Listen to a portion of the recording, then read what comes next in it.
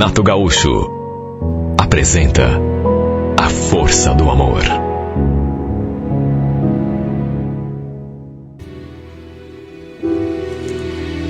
Naturalmente que foi sem querer, né?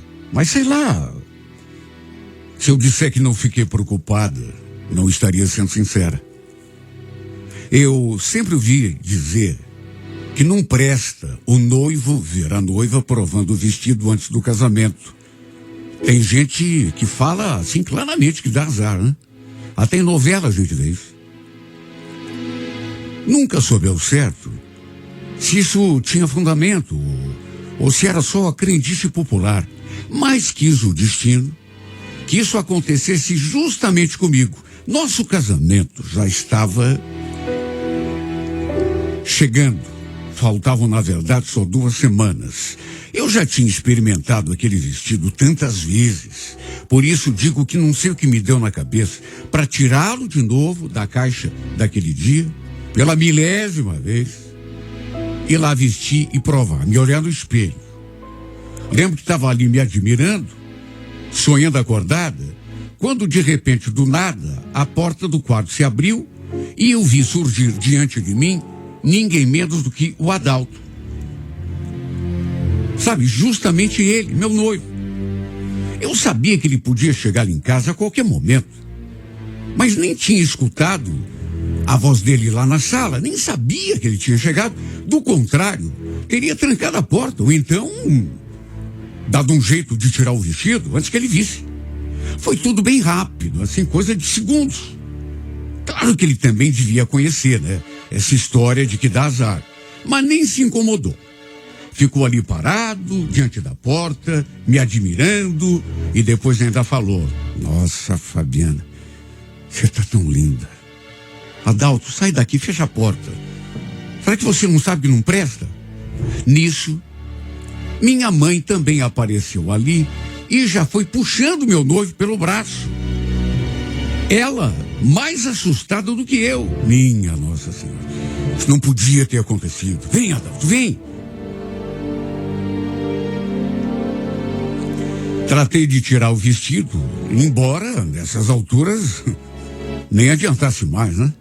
Me troquei e fui até a sala. Falei um monte para ele. Ele não deu nem um pio. Ficou em silêncio, me ouvindo. Quer dizer, não sou eu, minha mãe também, né? E ela, inclusive, chamando a minha atenção. Você não tinha nada que ter posto aquele vestido de novo, Fabiana. Você não sabia que o Adalto ia vir aqui em casa? Eu sei que não foi nada planejado, mas, lógico, a gente fica preocupada, né? Mesmo sem acreditar, sem botar 100% da nossa fé em cima disso. Se você já ouviu alguém dizer, claro que fica aquele medo, né? Sei lá. Imagine, nosso casamento estava chegando, 2 semanas só faltando, tudo programado, preparado. Mesmo não querendo, a verdade é que eu fiquei sugestionada depois daquele acontecimento. Sabe, com aquele medo que algo acontecesse para atrapalhar meu casamento. Cheguei a rezar, pedir a Deus que nos protegesse, né? Que não permitisse que nenhum mal nos atingisse. Tínhamos planejado a cerimônia com tanto cuidado, por mais de 1 ano, sabe? Mexendo com os preparativos. Aliás, desde que ficamos noivos, já começamos a organizar tudo, para que tudo fosse perfeito. Não seria nada extravagante, né? Casamento de filme, de novela, não, até porque nunca tivemos recurso assim para fazer nada tão grandioso. Mas apesar de simples, tínhamos certeza de que seria um casamento lindo, emocionante demais, do jeito que a gente sempre sonhou. Lembro que quando chegou o sábado, passei praticamente o dia todo me preparando. Fui ao salão de uma amiga, aqui mesmo no bairro. Ela fez a maquiagem, fez o arranjo no meu cabelo. Depois terminei de me arrumar com a ajuda da minha mãe. O casamento estava marcado para as 5 horas da tarde. Mas eu tinha botado na cabeça que iria me atrasar pelo menos uns 10, 15 minutos. Até para fazer justiça ao momento, né? Quem iria me levar à igreja era meu tio, irmão da minha mãe, já que meu pai era falecido já fazia alguns anos. Aliás, era ele também que ia entrar na igreja comigo, meu tio. E olha, ele estava tão bonito. Todo mundo já devia estar lá me esperando. E como a igreja ficava perto, um trajeto de 3, 4 minutos, já saímos dali de casa meio atrasados. Depois que chegamos, ainda ficamos ali esperando mais um tempo, até que finalmente decidimos entrar. Anunciaram que eu já estava ali na porta da igreja para que o padre se preparasse para iniciar aquelas coisas que ele fala, começasse, enfim, a cerimônia do casamento, e para que todo mundo se postasse ali nos seus lugares e começasse a prestar atenção. Não demorou muito para começar a tocar a marcha nupcial. Olha, nessa hora me bateu uma emoção tão grande. Deu aquele tremelico nas pernas. Meu Deus, era o momento com o qual eu tinha sonhado durante anos. E agora estava acontecendo de verdade. A igreja lotada. Não era uma igreja grande, de maneira que quem fala assim, lotada, que não tem a impressão de que havia milhares. Não. Igreja pequena, mas muita gente ali. Para cada canto que eu olhava, só via rosto conhecido, parentes, amigos, na frente do altar, meu noivo me esperando. Devia estar tão ansioso, até mais do que eu, né? Naquela hora, eu estava tão absorta pensando na vida que a gente teria dali para diante. Sabe, pensando em como eu tinha imaginado aquela cena. Parece que tudo estava acontecendo exatamente do jeito que eu tinha sonhado. Só que eu seguia pensar no meu futuro, que dali a pouco estaria consumado. Ia sair daquela igreja de mãos dadas com o meu marido. Eu tinha certeza que nada poderia dar errado. E olha, pensa numa cerimônia bonita. As palavras do padre me tocaram tanto. A mim e a todo mundo, né? Ele fez assim um preâmbulo tão bonito. Fiquei com medo de chorar, viu? Porque, imagine, tinha preparado aquela maquiagem com tanto esmero, né?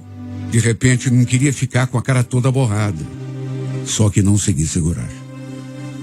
E quando o padre finalmente nos declarou, marido e mulher, que trocamos o nosso beijo já como casados, as alianças, meu coração batendo com tanta emoção, ele batia agora de felicidade.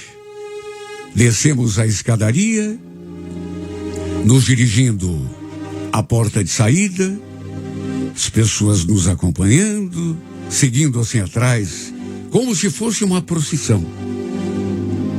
Como já imaginava, teve a tradicional chuva de arroz. Aliás, uma noite, eu cheguei a sonhar com esse momento.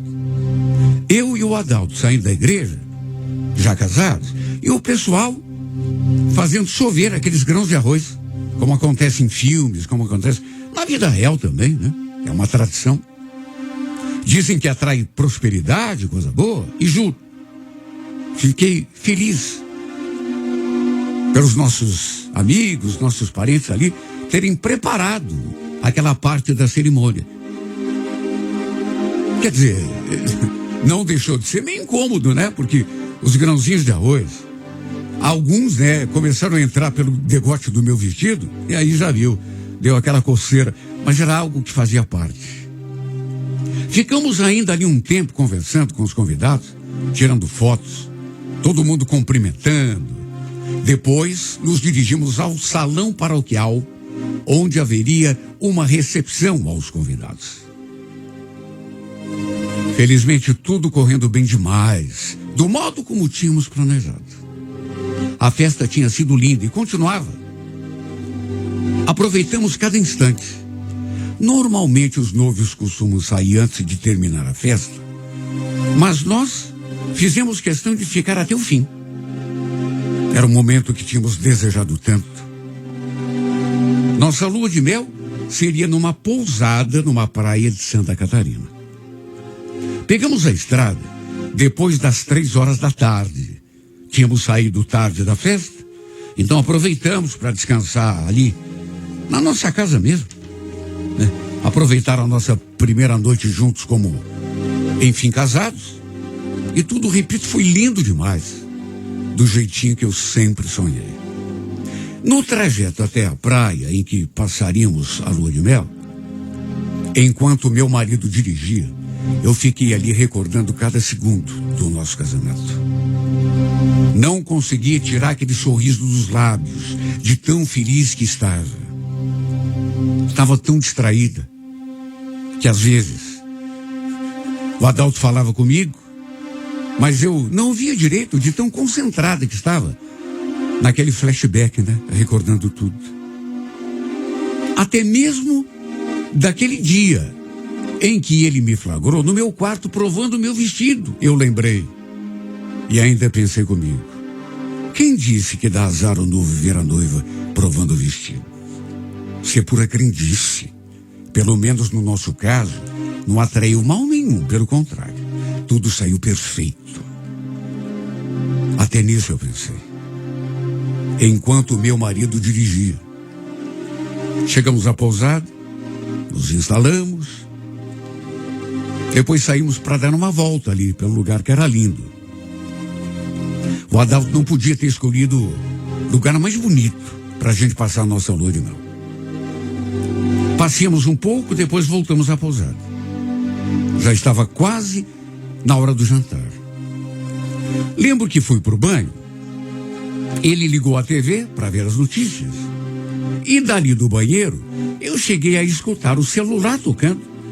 Não soube se era o meu ou se era o dele, pois os toques eram iguais. De todo modo, nem liguei. Devia ser algum parente querendo saber como a gente estava, se tínhamos chegado bem. Já que desde que nos instalamos ali na pousada, não tínhamos mandado mensagem para ninguém.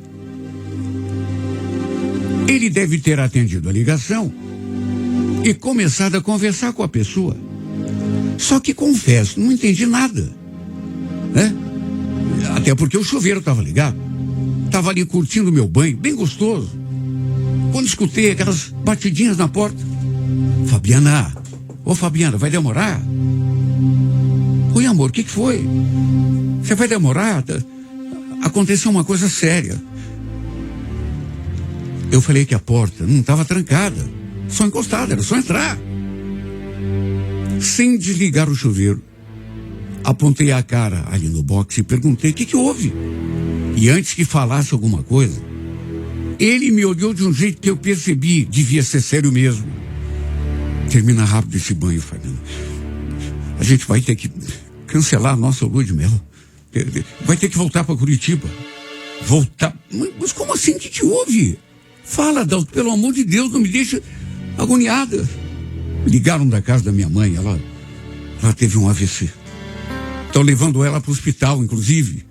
Jesus Cristo! Foi o tempo de eu terminar de me enxugar e sair do banho. Ele, inclusive, já tinha arrumado as nossas coisas ali, a roupa. Inclusive, vestia a mesma roupa que estava usando. Meu marido ficou uma pilha de nervos. E nem era para menos, Ele tremia enquanto fazia o shout ali na portaria. Pensei até que fosse dar um treco nele. Enquanto fazia o check-out, ele ficou... Sabe, eu percebi que ele estava tremendo, de tão nervoso. Até perguntei se ele tinha condições para dirigir, mas ele nem se deu ao trabalho de responder. Era visível que ele não tinha. De todo modo, mesmo que não estivesse em condições, Teríamos de voltar, naquele momento mesmo, por conta do que tinha acontecido. Algo impensável. Imagine o momento em que isso aconteceu. Estávamos ali para começar a nossa lua de mel. Nem bem tínhamos chegado. E por conta daquele problema de saúde da mãe dele, precisamos voltar, às pressas. Ele ficou abalado demais com aquela notícia. Estávamos no meio do caminho, já quase passando pela região de Joinville, quando o telefone dele tocou de novo. Eu ia atender, até para ele continuar prestando atenção na estrada. Mas ele nem me deu tempo. Pegou o telefone na mão. Eu fiquei ali prestando atenção nele, no jeito dele. E fosse lá o que a pessoa tinha falado. Percebi que ele tinha ficado mais abalado ainda do que já estava. A cara dele ficou esquisita. Sabe, aquela preocupação no olhar, no jeito, nos gestos. Lembro que, de repente, ele falou: sério, não pode ser, é mentira.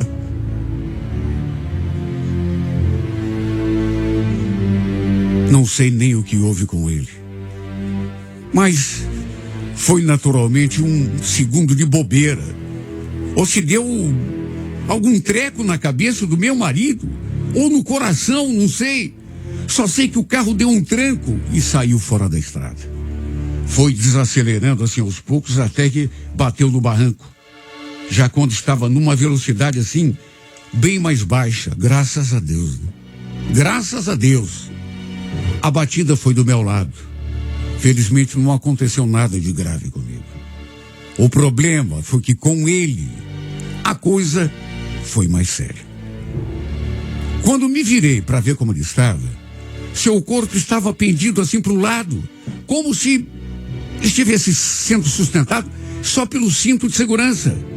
Adalto, amor, fala comigo, o que houve? Fala comigo, pelo amor de Deus. Ele não respondia. E também não se mexia.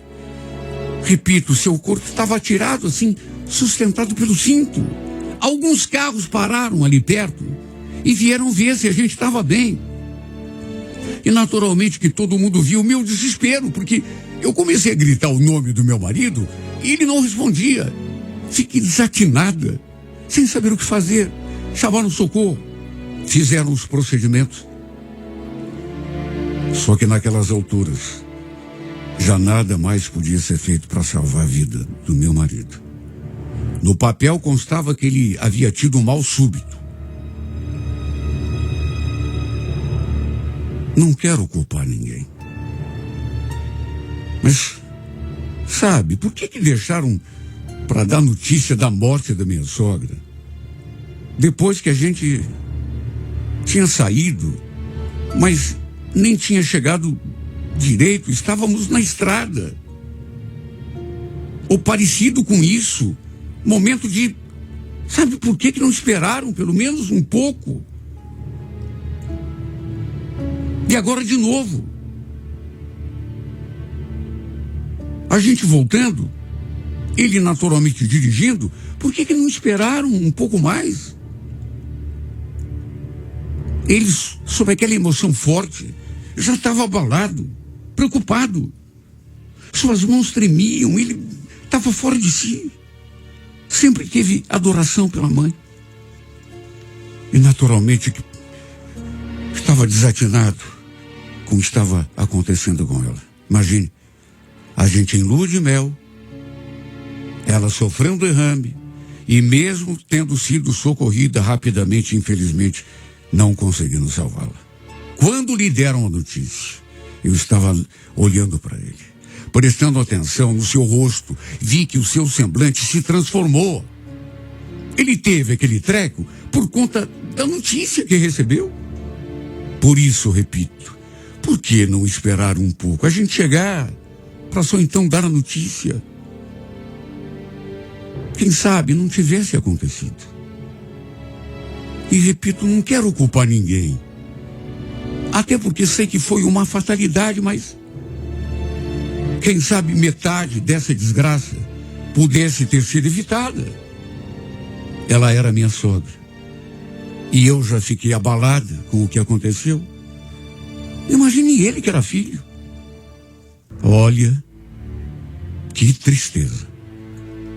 Algo que eu jamais poderia imaginar que pudesse acontecer na minha vida. Não tivemos nem a chance de aproveitar nossa lua de mel. Se ficamos casados por 30 horas foi muito. Imagine a tristeza da minha família, da família dele. Quando receberam a notícia, já estavam abalados com a perda da minha sogra. Ficaram devastados com o que aconteceu com o meu marido. Foi simplesmente o dia mais terrível e triste de toda a minha vida. Ainda que eu esperasse que fosse o melhor, o mais inesquecível, né? Bom, inesquecível ficou. Não tinha como não ter ficado. Só que por motivos diferentes do que eu desejava e imaginava. Olha, me revoltei tanto, inclusive com Deus, porque não foi justo. Um dia, conversando com a minha mãe, sobre tudo, as fatalidades todas, assim, sérias, ela me falou uma coisa que não foi sua intenção, claro, mas me fez ficar ainda pior. Lembra aquele dia que o Adalto entrou no quarto, te viu provando o vestido de noiva, filha? Não quero bagunçar mais a tua cabeça, mas será que não teve algo a ver? Ela mal terminou de falar e eu já comecei a chorar. A verdade é que se eu fosse acreditar numa crendice dessas, a culpa pelo que aconteceu não seria de ninguém mais do que eu, minha. Sim, porque eu não tinha nada que experimentar aquele vestido de novo, pela 1000ª vez. Tá certo que eu não sabia que o Adalto estava em casa, que ele ia chegar e abrir a porta do meu quarto. Lógico que não sabia, imagine. Mas a qualquer momento ele poderia entrar ali pela porta, como já tinha feito centenas de vezes. Era como se fosse a casa dele. Mas não. Eu tive de ir lá, tirar o vestido da caixa e experimentar de novo. De modo que, se o motivo foi esse, a culpa seria minha. Pode ser que tenha algo a ver. É o tipo de coisa que você não vai saber nunca, né? Pode ser que não tenha. Prefiro ainda acreditar que não tenha passado de uma terrível fatalidade. Uma grande coincidência. Ele se sentiu mal quando recebeu a notícia da morte da mãe. E aí a tragédia aconteceu. Morte súbita. Foi o que constou no papel. Até hoje não sei porque não morri também naquele acidente. Já que era para ficar sozinho. Esse pensamento me acompanha até hoje, sabe? Não posso deixar de, pelo menos às vezes, quando a depressão toma conta, de me sentir um pouco culpada, pelo menos um pouco. Não só por aquele acontecimento de eu estar experimentando o vestido, mas também porque, não sei, ele se foi e eu tô aqui. Às vezes eu penso, por que eu tenho o direito de ficar e ele se foi? Coisas bobas, que não tem nada a ver, mas que quando a gente está com aquele pensamento assim, quando as tristezas tomam conta da cabeça da gente, o sentimento aparece e o pensamento também. Talvez se eu fosse com ele, seria melhor ficar aqui sozinha, triste, chorando, desiludida, devastada. Sei que não deveria dizer. Dizem que é até pecado, mas juro, tem horas que eu penso. Eu preferia 1000 vezes ter morrido junto com ele, a ficar aqui sozinha, sofrendo a conta-gotas, agonizando. morrendo em vida um pouco mais a cada dia que passa.